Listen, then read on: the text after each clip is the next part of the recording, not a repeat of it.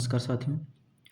आज की इस वीडियो में हम बीएड फोर्थ सेमेस्टर के फर्स्ट पेपर जो पेपर का नाम है development of education system in India 2025 की एग्जामिनेशन जो प्रश्न आए थे प्रीवियस ईयर क्वेश्चन उसको हम देखेंगे।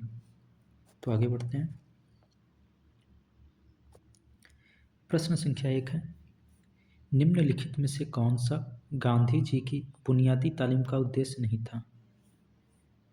सर्वोदय समाज की स्थापना, चारित्रिक एवं नैतिक विकास, शासन से सहकार, आध्यात्मिक विकास।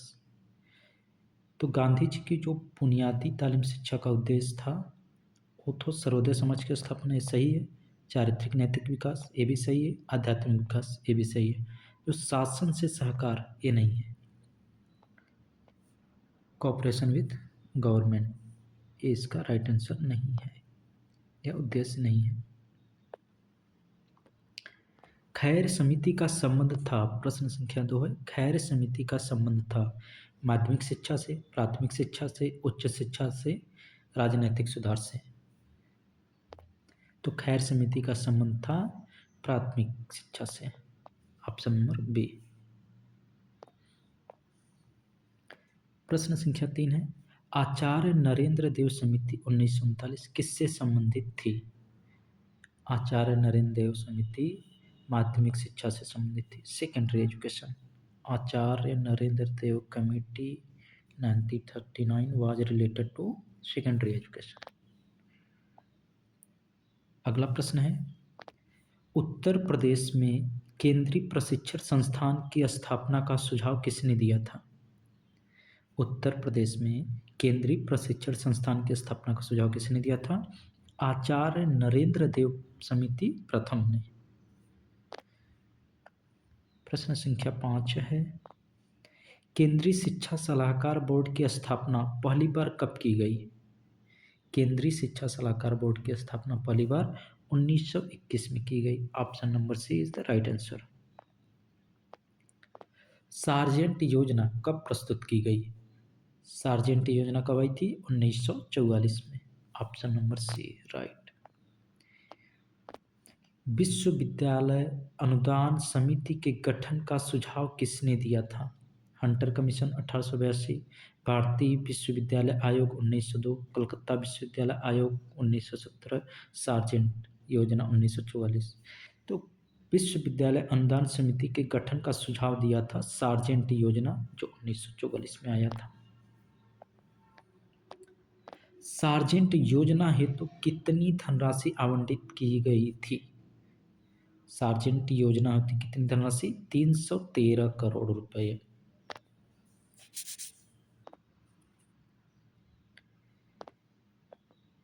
अगला प्रश्न है, निम्नलिखित में से कौन राधाकृष्ण आयोग का सदस्य नहीं था? Doctor Arthur Morgan, doctor Zakir Hussain, doctor Lakshmi Swami Mudaliar, Shri Krishna Shastri. तो इसका जो सदस्य नहीं थे श्री कृष्ण शास्त्री इसके सदस्य नहीं थे, ऑप्शन नंबर डी राइट हो जाएगा। अगला प्रश्न है, राधा कृष्ण आयोग ने अपना प्रतिवेदन किस तिथि को भारत सरकार को प्रस्तुत किया था? तो तिथि थी 25 अगस्त 1949। राधा कृष्ण आयोग ने अपना प्रतिवेदन 25 अगस्त 1949 को भारत सरकार को प्रस्तुत किया। भारत में शिक्षा को समवर्ती सूची में कब लाया गया? समवर्ती सूची में 1976 में लाया गया था, 42वें संविधान संशोधन के द्वारा। प्रश्न संख्या 12 है, 14 वर्ष तक के बच्चों की अनिवार्य एवं निःशुल्क शिक्षा का निर्देश संविधान के किस अनुच्छेद में किया गया है? तो संविधान के 45वें अनुच्छेद में किया गया है। प्रश्न संख्या 13 है, निम्नलिखित में से कौन माध्यमिक शिक्षा आयोग 1952-53 का सदस्य नहीं था? Doctor K L. Shrimali, K G. Saiyidain, Hansa Mehta, Acharya Narendra Dev. तो जो माध्यमिक शिक्षा आयोग था उसके सदस्य कौन नहीं थे? आचार्य नरेंद्र देव। अगला प्रश्न है, बहुउद्देशीय विद्यालय खोलने का सुझाव सर्वप्रथम किसने दिया? बहुउद्देशीय विद्यालय खोलने का सुझाव किसने दिया था? ताराचंद सेन थे, जो 1948 में आई थी। कब आई थी? 1948 में ताराचंद सेन थे, बहुउद्देशीय विद्यालय खोलने का सुझाव दिया था। प्रश्न संख्या 15 है, मुदालियर कमीशन ने माध्यमिक स्तर के पाठ्यक्रम को कितने वर्गों में विभाजित किया था? मुदालियर कमीशन ने माध्यमिक शिक्षा के पाठ्यक्रम को कितने स्तर में? 7 स्तर में विभाजित किया था। कोठारी आयोग का गठन कब हुआ था? कोठारी आयोग का गठन कब हुआ था? 14 जुलाई 1964। Option number B is right answer. Kothari commission 14 जुलाई 1964 को। आगे चलते हैं। राष्ट्रीय शिक्षा आयोग 1964 के अध्यक्ष कौन थे? दौलत सिंह कोठारी। कौन थे? दौलत सिंह कोठारी। कोठारी आयोग ने बजट का कितनी प्रतिशत शिक्षा पर व्यय करने का सुझाव दिया था? शिक्षा पर व्यय कितना? 6%। देश के बजट का 6% शिक्षा पर खर्च हो। किसने कहा था? कोठारी आयोग ने। राष्ट्रीय शिक्षा आयोग ने माध्यमिक शिक्षा को कितने प्रतिशत छात्रों के लिए पूर्ण शिक्षा अनुमानित किया था? 70%। राष्ट्रीय शिक्षा आयोग ने माध्यमिक शिक्षा को कितने प्रतिशत छात्रों के लिए पूर्ण शिक्षा अनुमानित किया था? 70%। राष्ट्रीय शिक्षा नीति 1986 का शीर्षक क्या था? शिक्षा की चुनौती, नीति संबंधी परिपेक्ष। ऑप्शन नंबर ए राइट है। Challenge of education, A political perspective.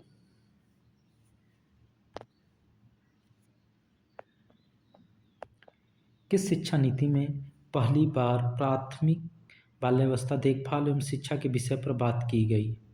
किस पर बात की गई थी?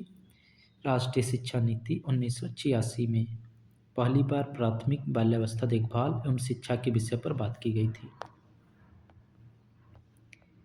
ब्लैक बोर्ड योजना को उच्च प्राथमिक स्तर पर कब लागू किया गया? ब्लैक बोर्ड योजना को उच्च प्राथमिक स्तर पर 1992 में लागू किया गया था।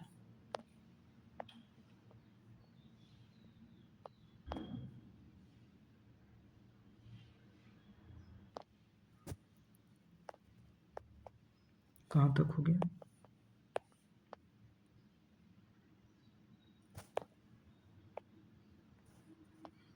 राष्ट्रीय शिक्षा नीति 2020 की प्रारूप समिति के कस्तूरी रंगन, ये हो गया। आगे बढ़ते हैं। भारत में सतत विकास लक्ष्य के लिए भारत ने सतत विकास के लिए 2030 एजेंडा के लक्ष्य सतत विकास 4 को कब अपनाया था? 2015 में। राष्ट्रीय शिक्षा नीति 2020 की नई पाठ्यचर्या संरचना के अनुसार मध्य चरण में कौन सी कक्षाएं शामिल हैं? कौन सी है? 6 से 8 तक मध्य चरण में।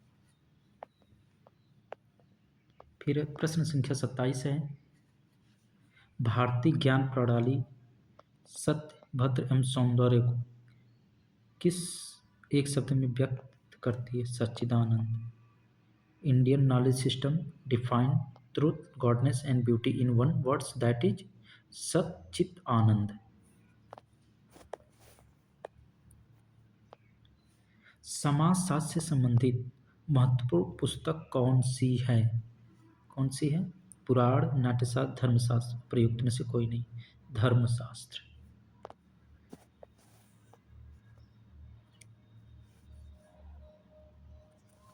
कंप्यूटर विज्ञान में प्रयुक्त द्विधारी अंक पद्धति का मौखिक विचार किस पुस्तक में उपलब्ध है? Binary number system use in computer science available किसमें है? छंदशास्त्र में।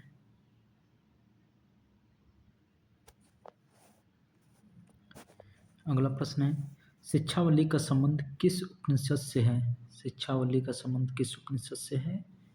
तैत्तिरीय उपनिषद से। अगला प्रश्न है, धनुर्वेद उपवेद है। धनुर्वेद यजुर्वेद का उपवेद है। वैदिक काल में शिक्षा का मुख्य उद्देश्य क्या था? वैदिक काल में शिक्षा का मुख्य उद्देश्य आध्यात्मिक विकास करना था। वैदिक कालीन शिक्षा केंद्र तक्षशिला वर्तमान में पाकिस्तान के किस स्थान पर स्थित है? रावलपिंडी। तक्षशिला कहाँ पर है? रावलपिंडी, पाकिस्तान के रावलपिंडी में।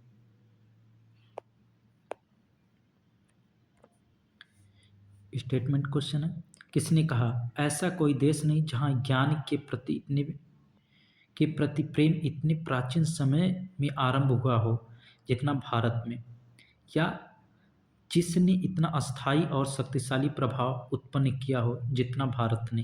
किसने कहा था? F.W. थॉमस का स्टेटमेंट है।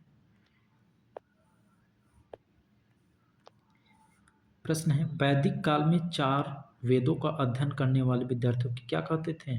आदित्य। क्या कहते थे? आदित्य। और एक वेद का अध्ययन करने में कितना समय लगता था? 12 साल। 12 साल।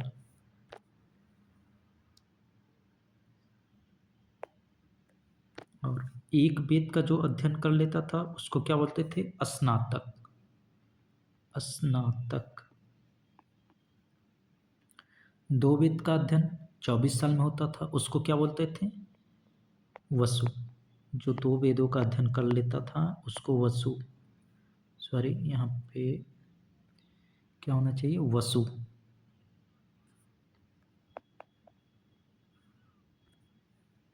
और 3 वेदों का अध्ययन कर लेता था उसको रुद्र। और 3 वेद को अध्ययन करने में कितना समय लगेगा? एक वेद 12 साल में, तो 3 वेद 36।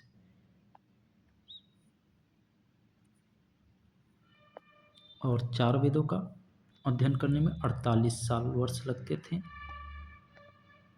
और उसको आदित्य बोला जाता था। 4 वेदों का अध्ययन करने वाला विद्यार्थी आदित्य कहलाता था। प्रश्न संख्या 36 है।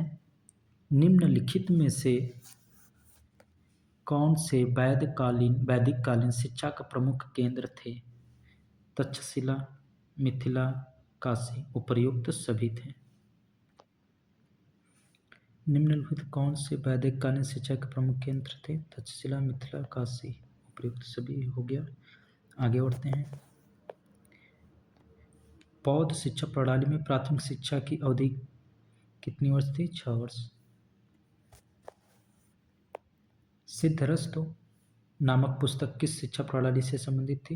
बौद्ध शिक्षा प्रणाली से। सिद्धरस्तु जो नामक पुस्तक थी वो बौद्ध शिक्षा से संबंधित थी। पवज्जा संस्कार किस समय किया जाता था? ये था संघ में प्रवेश के समय। प्रश्न संख्या 40 है। बौद्ध काल में बौद्ध शिक्षा का माध्यम कौन सी भाषा थी? पाली भाषा थी।